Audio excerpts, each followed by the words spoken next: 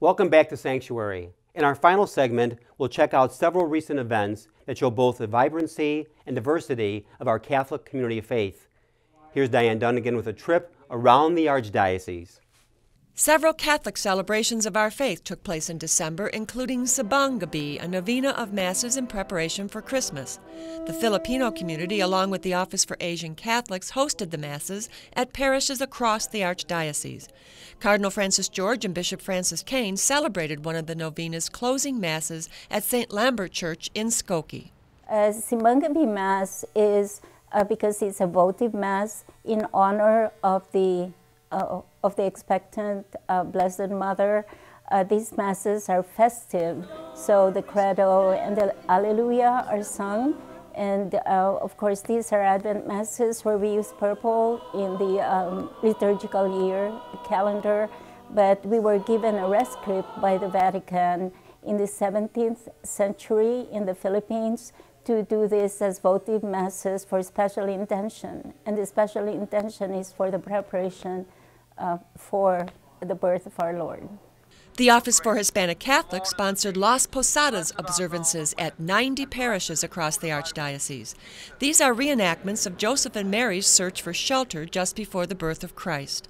One such reenactment went from the Broadview Detention Center to Our Lady of Mount Carmel Parish in Melrose Park, and it was designed to offer hope to immigrants. This is a posada that's focusing in immigration reform. We are basically looking for the country to welcome undocumented immigrants through a legislative change. So this is a posada for legislative change.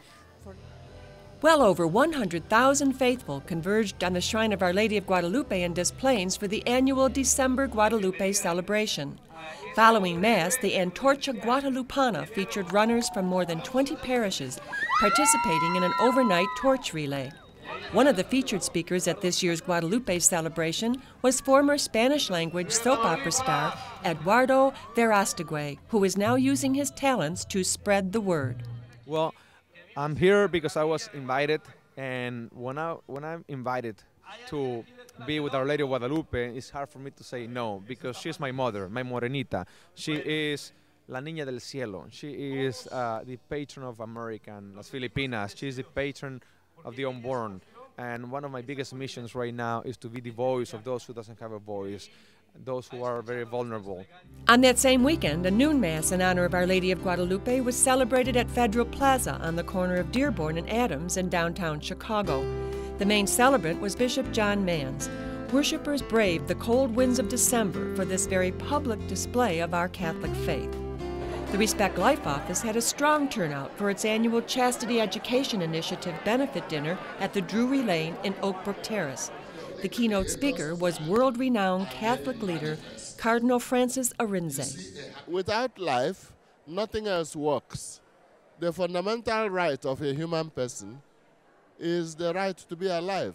Only when you are alive you can speak of the right to religious freedom, free expression, work, family, and so on. Every year this program reaches about 25,000 teens, young adults, college students with the message of chastity and respect for life, and it has a tremendous life-changing impact.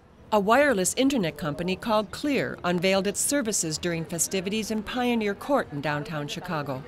As part of its rollout of wireless services in the Chicago area, Clear, along with Motorola, announced a donation of 20 laptop computers and free wireless service to Nativity BVM Elementary School on Chicago's South Side.